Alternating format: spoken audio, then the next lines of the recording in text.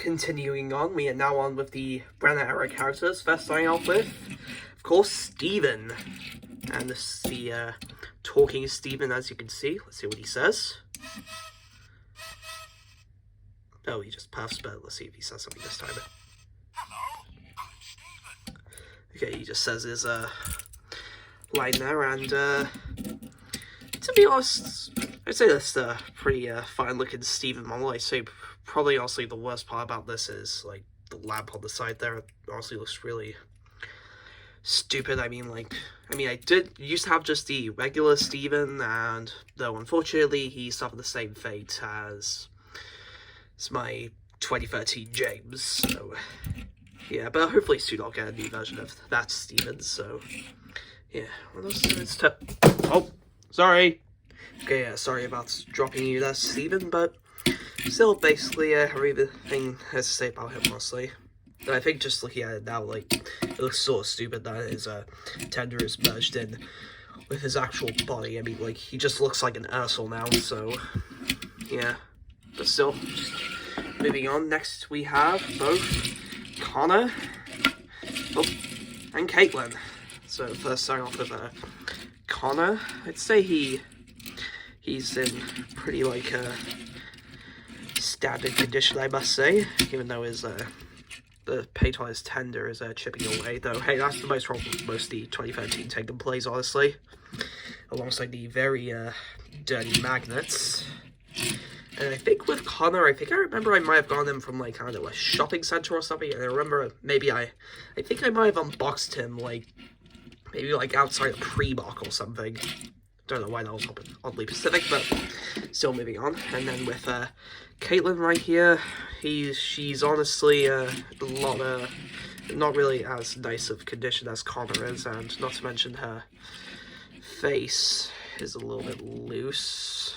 Though, still, it's not worth really replacing Connor and Caitlyn yet. They're still two pretty nice looking models to still have. And then next here we have Porter, and honestly I'd have to say Porter was probably one of the only last few great Tekken play diecasts we had, because of course after 2013 the diecast line just of course obviously sort of died out, and unfortunately he's got a little bit of a chip on his funnel there, but I guess that makes sense considering he literally fell off the shelf right here a few times I think, but still, that's Porter. Another pretty nostalgic one, I must say. And just like Charlie, his roof is very chipped up there. So, yeah. And also looking at it now, how his, just like Steven over there, his magnets are actually really nice looking, despite being a 2013 model. And then next was unfortunately when the diecast started to downgrade a little bit. First up, we have Gator, which, to be honest, I guess isn't, a terrible model or anything. It's just not right, I suppose. Just feel like they could have done better with this guy, honestly. I mean, nothing too much to say here. And next up, here we have Timothy. And just like Gator, not too much, honestly, so yeah. Now, moving on, next here we have Marion. Say, even for a chunky magnet, she's actually a pretty nice model, even though you can, barely see her face when you have a shovel up in the front. Though, speaking of this shovel, it could actually probably come in nice and handy. So, yeah, I guess that's basically everything to say about Marion. And then, next up, here we have Samson.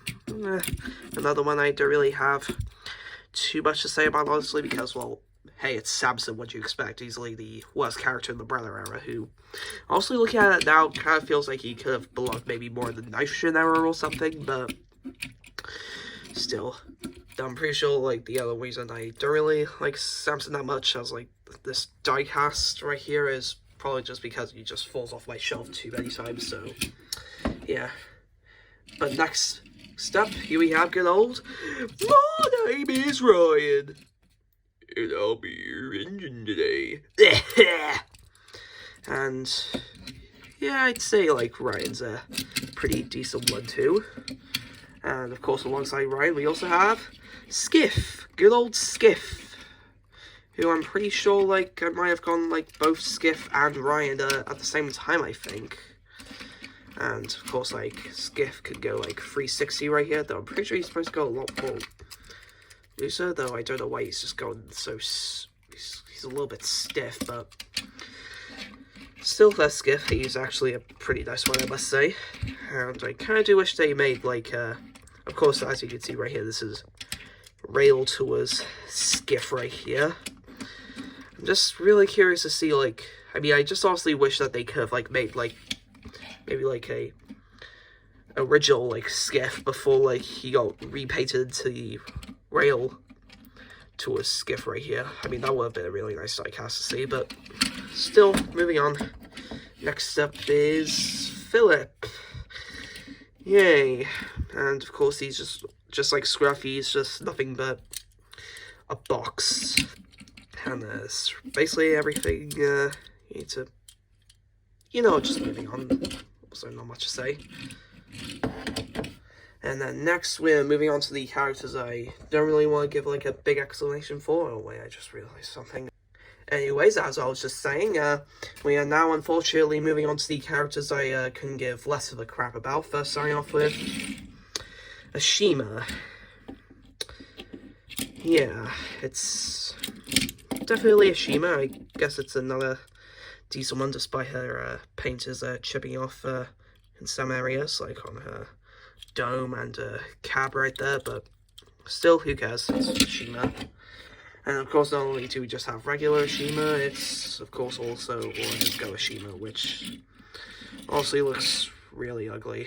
I think I do remember I did get Orange's Go Ashima the same birthday I got my Orange's Go Emily, I think, so yeah. I don't know why she just comes off this truck, it's just, it's there. I mean, like, she could have easily just been a single, but still, just moving on. And then here we have next just Vinny, Raul, I mean, and then we just have the rest of the international characters.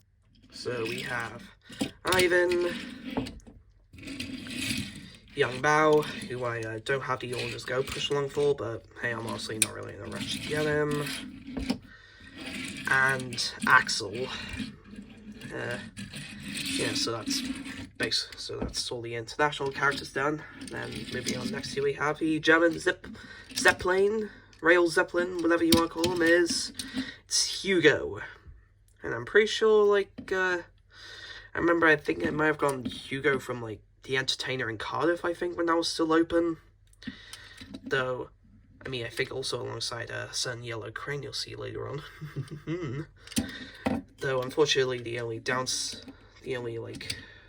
with Hugo is, like, his propeller is, unfortunately, slightly broken right there, which I guess is from when he, like, fell off the shelves, but still, I'm not really in a rush to replace it, and it's barely noticeable, honestly, so, yeah, just, there's Hugo, yeah.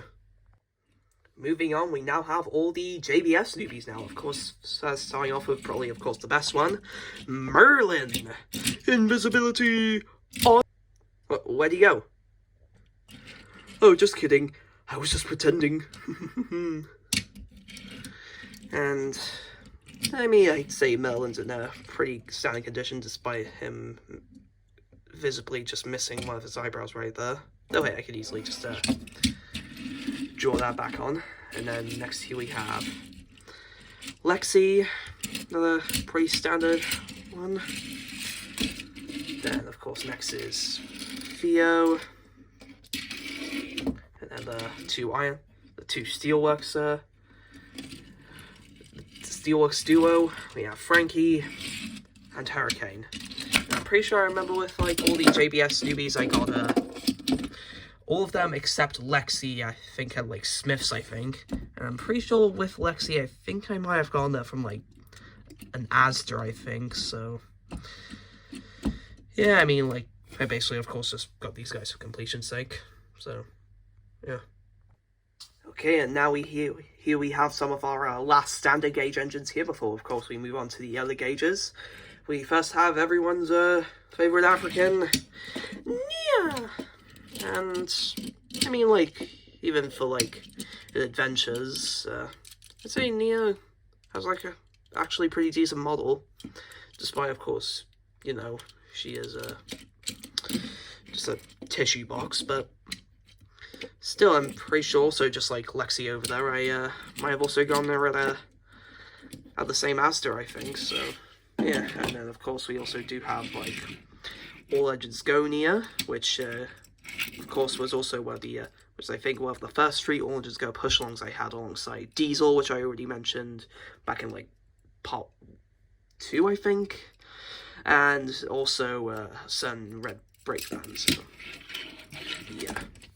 And then, of course, we can't have Nia without Rebecca. And I'm pretty sure Rebecca is actually, like, basically the only, like, push-along I basically have here outside of, like, Thomas, Percy, and James. And I'd say, like, despite how, like, of course, awful, like, the push-alongs were, I'd say, like, Rebecca had, like, probably one of the best ones, I guess. Though, that's obviously not saying much because, well, of course, it's a giant loaf of breast, so, yeah, and I'm pretty sure just like Nia and Lexi, she also came from the same Astor, I think. And then the last 2 standard gauge engines we have here are 2 Railway Series characters. We have both Diesel D199, who I've actually surprisingly had since childhood, even though, of course, like, they did make him in, like, Take and Play, and, of course, he was, like, a take-along, I think, but still, I'm, glad to have him, even though it's really surprising that I do. And then the last standard gauge engine that we of course have here is Big City Engine. And also looking at it now, he's actually in pretty phenomenal condition. And I'm pretty sure I might have gotten them like around the same time I got like Class 40 or something, which I guess it makes sense because like they were both released around like the same time. And still, that's finally all these standard gauge engines done, so next we will be moving on to the narrow gauge engines.